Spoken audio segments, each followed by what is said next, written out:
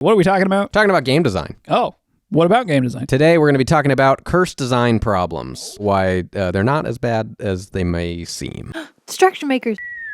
There's a really good GDC talk on cursed design problems by Alex Jaffe. We'll link that in the description. But for the purposes of this discussion, let's define what we view as what a cursed design problem is. Yeah, so we have a little bit different of a definition for this than what Alex had in his GDC talk. The way that we define cursed design problems is it's a paradoxical feature in a game system that diminishes skill expression or agency of the game system, but it moves it into a different form of game. In some ways, it's a bug, but we're talking about it as though, yes, in some contexts, it's a bug, but in other contexts, it might be a feature. So we're going to go over a couple different cursed design problems. The first one we're going to talk about is co-op and quarterbacking. The next one we're going to talk about is free-for-all and politicking, which is probably familiar to a lot of you. And the last one is the paradox of skill and randomness. What you got over there for us? What is it? That's a playmat. Oh, that's cool. Yeah. Where'd you get it? This playmat? Yeah. You get it at voidmonster.org. From October 10th to October 19th, you can get the Devoid bundle, which comes with a playmat and deck box. And if you get both together, you also get a collectible token. Here it is. Wow. On screen. Wow. And it doubles as a blankie. Oh, cozy. Nah, it's actually not great for this. These legally distinct playmats are only available for a short period of time. Did you already say that? Nope. Okay. I mean, I think I did say that short period of time. Okay, well, get them at voidmonster.org between October 10th to October 19th. You already mentioned the deck box? Yes. And the token? Deck box. All right, that's it. Back to the video. Yeah. So let's start off with talking about co-op and quarterbacking. Co-op has this cursed design problem where quarterbacking is essentially that one player can go and talk over all the other players and tell them what to do. And so by giving players sort of free expression to communicate, it means that every individual player's skill does not matter in comparison to the player that has the most skill. This is especially prevalent in like turn-based games. So you see this as a big issue with a bunch of people are trying to work together. You have infinite technically time to work together if it's a turn-based game. And one person's just going to tell everyone else how they should play their hands out. And, coming back to our sort of definition of cursed design problem, the sort of like promised skill expression of a co-op game is that you will be sort of working together to solve any kind of a problem. But when one player has sort of an outsized experience or is maybe just a more skilled player generally, they tend to override the other player's agency, meaning that the players who are being overwritten do not get the intended experience. And the one player is sort of like almost playing a single player game, but controlling all of the other players in the co-op scenario.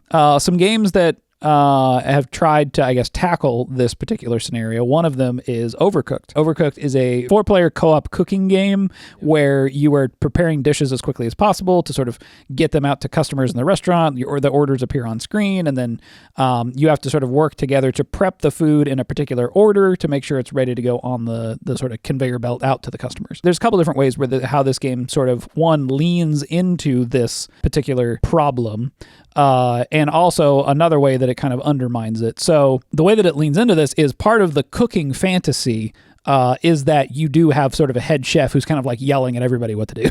Right. So in that way, I think they've sort of taken this potential problem and turned it into a feature. And so one of the ways that it sort of undermines this problem is that there's a timer. And that you are under a lot of time pressure in terms of how you need to execute each individual piece of the dishes. So even if one player is sort of like yelling out what dishes are needed, each individual player still has agency in determining like, oh, I need to do this and I need to get it on the plate, and then the other person needs to do this kind of stuff. It's still there, but they've kind of embraced this as part of the experience. Yeah, another game that uses a timer that I just thought it was 5 Minute Dungeon, actually, which is it's an interesting case because it's a tabletop game. And I think we've been seeing more innovation in the tabletop space with these types of things, different ways of tackling these types of like cursed design problems. But 5 Minute Dungeon, as you can probably guess by the name, you have to do a dungeon within 5 minutes. Everyone has a sort of their own hand of cards, and you're all trying to communicate over each other to play the right cards in the right order. And I think there's some agency with like you can pause and sort of coordinate and stuff. But it's a very similar scenario to Overcooked. And these games are all trying to put some kind of limiting factor, I think, on the co-op nature of the game. Yeah. And one that we see come up a lot is communication breakdown, right? Yeah. The crew uses this where you basically just can't talk about the cards that are in your hand. Yeah, it's just a rule you can't communicate these things. And for me, I feel like this kind of undercuts what the experience is about, right? The experience of working together and discussing your plan and really like working together as a team. If you can't communicate freely, I think it undercuts that fantasy. It's also probably one of our biggest reasons we talked about in our two-headed giant video as far as why two-headed giant probably won't work in a competitive format, or it's going to have a really hard time as a competitive format. Yeah. Because of so much of that crosstalk between two people is that two people, and I think they even have a workaround for this. We talked about how there's like a lead player or something and they get final decisions. I think it's person on the right or something. So this is also one thing that I thought was particularly interesting about two-headed giant is that the person to the right is the head of the team and they get to make all the decisions. And that never changes. So the person who's on the rightmost seat on your team, they're just like team captain. Basically. Yeah. So it's a little strange. And it's good that they have a workaround because you need to have someone because otherwise you're going to have two players that just won't come to a decision. You just argue. And then, the game just won't go anywhere. So free-for-all and politicking is probably one of the most famous cursed design problems. It's the one we've talked about the most. So obviously the most well-known, at least by our audience, is going to be Commander, right? Yeah. That Commander is built on top of this exact cursed design problem. And it's very exemplary of why this is both a feature and a bug simultaneously. And if we come kind of back to our definition, the way that Commander is sort of like undercutting players' skill expression is with a pretty simple question, right? The question is, does it matter more to be able to accurately determine who the threat is, or does it matter more if you can convince players that you are not the threat? And we get so much discussion in the Commander space about like threat assessment and you don't know what you're talking about and you don't know this and that. And it's so, again, the most beneficial skill in that instance is probably the ability for you to look like you're not the threat, or be able to convince people that somebody else is more of the threat than you are. Yeah. And we made lots of videos about this, but vulture theory is basically built on this principle. Yeah, and I think we even had a video discussing the concept of the game of games. That wasn't the vulture theory one, right? No, it was a different one. Yeah. And the game of games is essentially kind of what we're talking about here when we gave our definition of cursed design problems, which is that this is like a paradoxical feature that sort of shifts what you think the skill expression of the game is or what it's intended to be into a completely different game.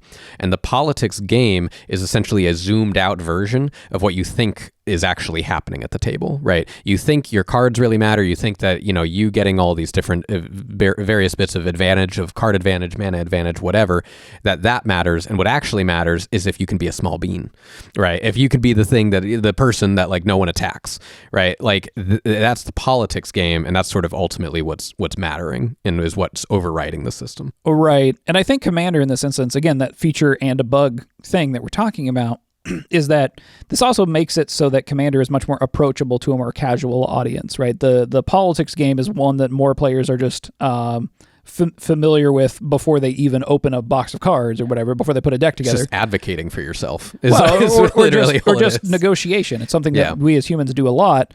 And players with better social skills are more likely to be better at Commander. And so you have sort of a feedback loop of, okay, well, if you're better with social skills, then you're going to be better at Commander, which means you're going to like Commander, and Commander is a social format. So it sort of ends up ratcheting to the state in which we are today, where Commander, it's more of a social format than any other version of Magic. And it's not that like Magic systems don't matter. They do. They matter quite a bit. It's just that the question is always at the outcome of each game, what mattered more? Was it Magic systems or was it the politics? Tough to say. It's hard. It is quite difficult to say. Yeah.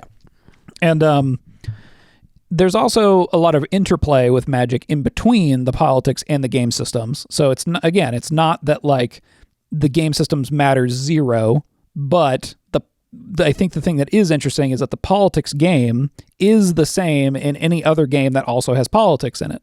So that leads us to some of our other games on the list. Right. We compare Commander a lot to Munchkin. Munchkin being like a good old school de facto politicking game. One that we talk about a little bit less, but I think is even more of a quintessential version of this is Dungeon Mayhem. Yeah, I was just gonna bring that up. Yeah, Dungeon Mayhem is like such a simple, clean game. I know you don't like the politic game. It's just a politic game. But it is just a politic game, which is why, like, to me, I think it's fine. It's like a silly, dumb party game that you end up playing. But that's essentially all you're doing is the politics game. And it feels a lot like playing a very quick game of Commander that has sort of like all the veneer of important systems removed and mana. It doesn't have mana. It doesn't have any of that extra stuff, I don't think, right? It's some kind of a resource for each character. There's a resource system, but I think it's even tied to the cards. So, yeah, it's there. But, like, again, it's almost as bare bones as you could get. But yeah, so there's also like quite a few other games that embrace sort of this free-for-all politicking nature of things. Smash Bros being one that we talk about a lot. And Smash Bros is again moving more into that real-time based gameplay. So Smash Bros can handle this in different ways than what tabletop games can, in that there's action. There's almost like a physical aspect to the game, right? So there's randomness within that physical aspect. It's still in a simulated environment, but at least, things can miss for various reasons. And then there's also items. They drop items in the game, and that helps dynamically change, who's arch enemy? Are we 3v1ing somebody? Can that person 1v3 us with the hammer or things like that? And that injection of randomness into the sort of politics system, I think, keeps people from forming strict alliances against each other, and keeps the game feeling dynamic in that way. I think a good sort of an example to connect like the Magic the Gathering logic to Smash Bros is we've compared stuff like Mana Crypt or Dockside or whatever to like a Smash Bros hammer, right? And it's like, imagine that a player just grabs the hammer suddenly. Now that player might have been a worse player, but now they're a huge force to reckon with because they had this huge boon that gave them a bit of a boost. So they might overall have less skill potentially, but they happen to get the hammer. Now, the problem is that you can also have the skilled player get the hammer. Well, and this, to defend Dockside for a minute, which, man, players, it's so funny to hear players continue to talk about Dockside and about how much it needs to stay banned or something. But the thing that's so interesting about Dockside is that it benefits the player who theoretically is behind more, right? Because it looks at the permanence that your opponent has on the board and then gives you a reward based on that. And, as we know in CEDH, there's huge discrepancies between first player seat and fourth player seat, and Dockside is good from fourth player seat. So it definitely is better from a behind position, which I think is quite important and something that currently is kind of lacking at the very top levels of Commander. So. Right. They don't have really any other alternatives for something like that. So the last game to sort of talk about in this particular segment with free-for-all and politicking is Root. Root is a really interesting another tabletop game. And I've heard Cole Worley, the designer of it, sort of describe it as like it's almost like a Trojan horse war game, I think is what he calls it, where he's basically saying like this looks as simple as a board game, but ends up almost as complex as a war game by the time that you're sort of gone through all of the systems. And it basically there's, what is it, 4 or 5 different factions in the base. Four factions. Yeah, there's 4 different factions in the base game, and they all play differently. Yeah, very differently. Yeah, it's actually kind of a marvel that the thing functions accurately enough. The other thing that Cole has said is that he fully embraces like king-making and the politics side of this, and it fits with, I think, the promise sort of presented to players in terms of what they're expecting when they go in to play the game, is that this is a political free-for-all experience that is based on like I guess sort of like a political monarchy, like certain factions are going to be taking power against others, and like it has sort of that kind of a system. What was really interesting is hearing Cole trying to sort of justify and advocate for king-making. King-making is that you as any one player has the agency of determining who the winner is. So most often you can't win, but you can do a particular action that will decide whether player A or player B will win. Your player C you can choose if player A or player B would win the game. And this is something that Commander players will probably be familiar with. Right. Because it happens in Commander. It happens all the time. But what Root does that's really interesting is that it starts very asymmetrically. So there's no symmetrical board state. When you start the game, whoever is the cat, Marquis the cat, has what looks to be a massive advantage. Cats are all over the board. And so you just go, well, that person must be in the lead, right? So it sort of sets what we call positional heuristic for players ahead, which I think encourages these players to start politicking and work together against what seems to be a common enemy. Even though it's a little bit of a misconception. Right. And I think skilled players start to recognize that. And I think this is where Cole sort of talking about kingmaking is really interesting, because players, he noticed as they were exiting games, would feel like if they helped someone win, that in a way they also sort of felt like they earned the win because they supported them and they had agency over that, even if they weren't the ones that actually won the game, especially if it does appear that there's some sort of like a common enemy or force to go against. It ends up being like a 3v1 scenario that you sort of overcome with allies. The last sort of curse design problem section we're going to talk about is skill and randomness. So the sort of paradox that's happening here, and this is kind of interesting because players tend to rub up against, like competitive-minded players tend to rub up against this a lot, which is the tension between the amount of randomness that is in the game and the amount of skill expression that is in the game. And the paradox comes into play here where the less randomness that you have in a game, the more that one individual instance of randomness will impact the game. Chess players are probably intimately familiar with this problem in that the person who sort of like gets to play white ends up with an advantage. Right. And that is essentially the player that makes the first move. That is essentially a random. That's a coin flip in the beginning of the game. There's other forms of randomness that can happen in these games. It can just be something even outside of the game, right? Did you get enough sleep? Did you eat well enough? Whatever it might be. But those things even outside of the game will start to have more and more of an impact on the outcome of the game.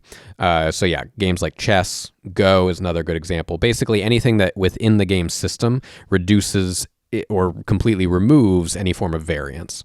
As best as it can. Right, and the big issue here is like one of the ways that you combat this is that you add more randomness to the game. If you get to the point where there's too much randomness, then it does actually end up as just a coin flip, 50-50 again. So you kind of have to exist somewhere in the middle of that spectrum. Right, and that spectrum is like, who knows? The thing that's interesting is similarly to politicking, similarly to quarterbacking, is that there's like room to sort of innovate and explore here. In that I think a lot of people have sort of either decided that we're just doing what Magic does, or what we're seeing now, and I don't know how much of these other card games are considering this when making these decisions, but if you see something closer to like what Riftbound is doing, they have sort of a land deck. So that's now completely consistent, but they still have variance. It's consistent in your resource generation, but there's a lot of variance in how you draw cards. In a sense, it's more consistent, but still has a certain level of variance. I don't know what the math is on any one of those sort of decks. We'll have to dive into Riftbound once we can get a hold of it. But a lot of these card games are leaning into slightly more consistency. Yeah, it's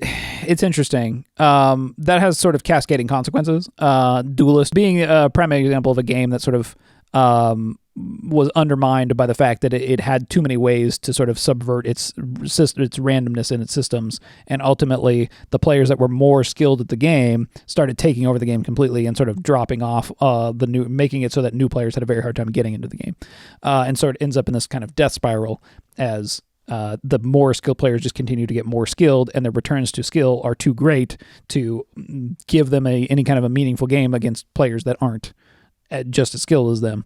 So it's tough because, you want to sort of like reward those skill enfranchised players, but by doing so, you might be alienating new players from coming into the game. Okay, so let's move to kind of wrapping this up. And I think the theme here is really that like, even if a game has sort of one of these cursed design problems, it can end up being one of its greatest strengths. Yeah, and I think that this is what people maybe misunderstand when hearing about these curse design problems. Yeah, you see this as a potential problem, and you're like, well, I want to try and fix this. But I think sometimes by you trying to fix it so much and subverting it, that you're taking away the greatest strengths of what those things offer, which oftentimes, at least in cooperative and free-for-all games, is that open communication between players. It's more social, and it allows players to sort of exit the game system and start to play a little bit more of that politics game. It's same thing with co-op in a way. And that can, just have a lot of benefits with it, right? It's more approachable to other players. It allows them to play a game that they're already familiar with because they've done it before, whether they realize it or not. And it allows them to not have to know everything about what's going on in the game right now because they have this other skill they can sort of rely on. Yeah, and kind of the outlier here with the sort of paradox of skill problem and being able to, you're trying to balance that randomness with skill expression.